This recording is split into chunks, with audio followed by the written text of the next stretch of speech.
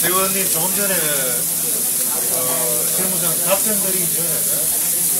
제가 지난번 우리 근로자 대표 간담회에서 건의사항 회원님들의 몇 번 건의사항 주요 핵심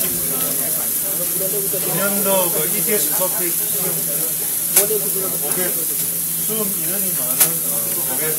수험자 편을 위해서 저축 지역을 좀 확대를 하려고 합니다. 적극적으로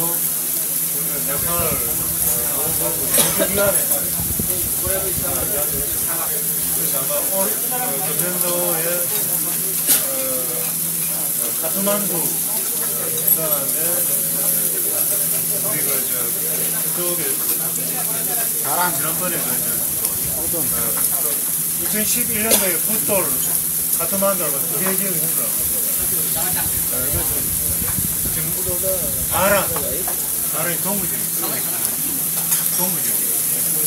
그 다음에 동부지역에서 수업이 가장 많은 다란에서 아마 접수가 가능하도록 제가 아직 최종 확정은 하지 않겠어요. 그래서 지금 다란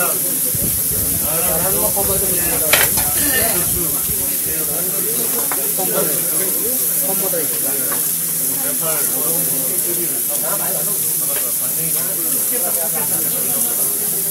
그다음 아까 우리 회원님 질문하신 지금 금년도 ETS 토픽은 시행이 됩니다. 다음 주 금요일 7월 26일 공고가 예정으로 되어 있습니다. 세부 시행 일정은 그때 공고 그 1단지 한기차 공고를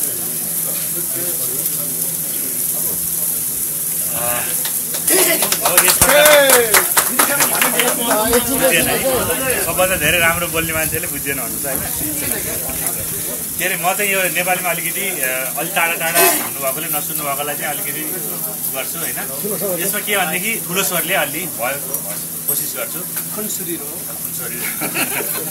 अब यसमा के छ भनेदेखि यहाँभन्दा अगाडिको हाम्रो जुन अंकुर नेपालको भेटघाट कार्यक्रम हुँदाखेरि तपाईहरु मध्ये धेरैजनाले चाहिँ आग्रह गर्नुभएको कुरा के थियो भनेदेखि काठमाडौँ उपत्यका भन्दा बाहिर पनि जहाँ चाहिँ त्यो कोरियन भाषा परीक्षामा सहभागी हुने